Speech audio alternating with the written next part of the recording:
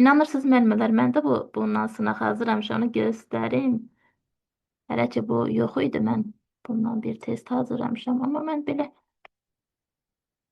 göstərim, sonra deyərlər ki, buradan götürüb müəllimə kopyalayıb göstərməsəm qala bilmərəm.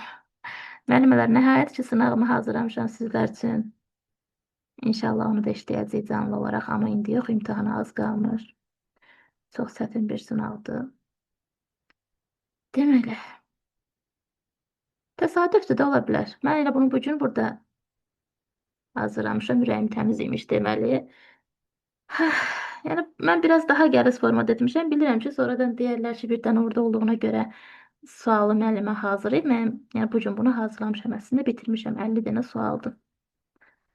Uyğunlaşdırmadır. Yəni burada hansı şəkildə hansı proseslər icra olunur, uyğunlaşdırmadır. Bunu biz hələ ki işləyəcək, imtahana az qalmış, sertifikasiyadan 2-3 gün, bəlkə də bir həftə öncə işləyəcək canlı olaraq. Hə, indi keçid edək suala. Yəni bunu gördüm, sevindim, öz sualımı görmüş kimi oldum. Bilirəm ki, yəni normal halda, yəni bu belə düşünülməlidir ki, onsuz da orada sual nümunələri də var.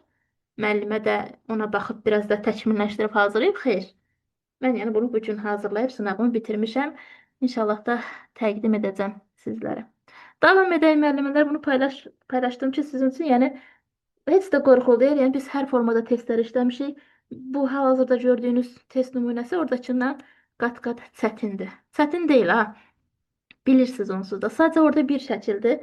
Bir dənə boş qısa-qısa cavablardır. Amma mən görürsünüz, sadəcə bunu şəkli də bilməliyik. Burada gedən proseslər, məsələn, burada birincidə buğa vermədi, nəm istemal, kiçilməsində aparırıq, yoğuruq, quruduruq, ütüləyirik. Bax, burada buğa verməklə bağlı deyil.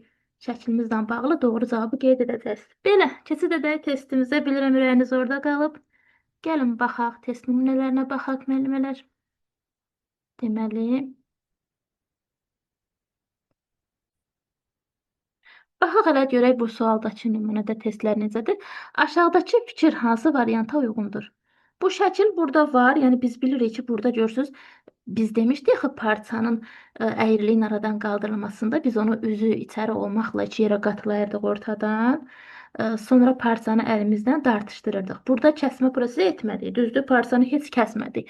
Qayçıla kəsmə yoxdur. Sadəcə əyri olan bir yeri dartışdırıb düzəltdik. İndi baxaq, deyir kəsikləri düzəldilmiş parçanın üst tərəfi içəri olmaqla kənarları üst-üstə qoyub iki qat qatlayırlar. Bax, bu birinci şəkil aya aiddir. Üst-üstə qoydular, üst tərəf içəri oldu, iki qat qatlandı. Sonra uclarından tutub diaqonalları üzrə dartılır. Bax, bu şəkil B-dir. Sonra uclarından tutub diaqonalları üzrə dartılır. Müəllimlər, burada heç bir kəsmə prosesi yoxdur. Parçanı sərmirlər. Bu dartmaq ayrılığın aradan qaldırılmasıdır. Dəfələrlə bunu biz müzakirə etmişik, həm şəkil üzrə öyrənmişik, həm də əyriliyin aradan qaldırması prosesi nədir, necədir, onu bilmək üçün biz bu şəkil hissəyə toxunmuşuq.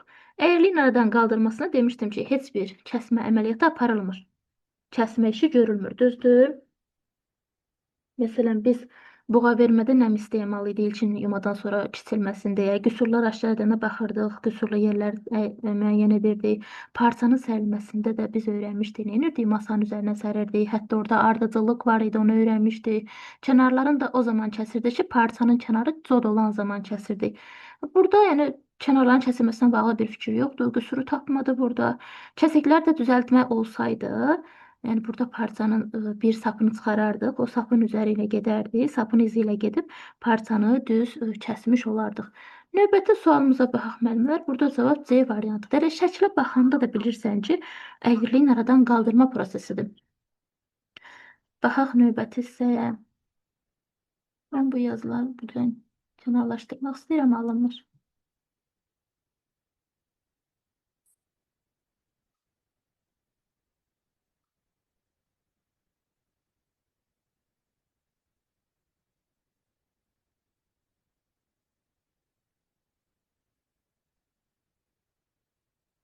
Belə müəllimlər. Növbəti suala baxaq.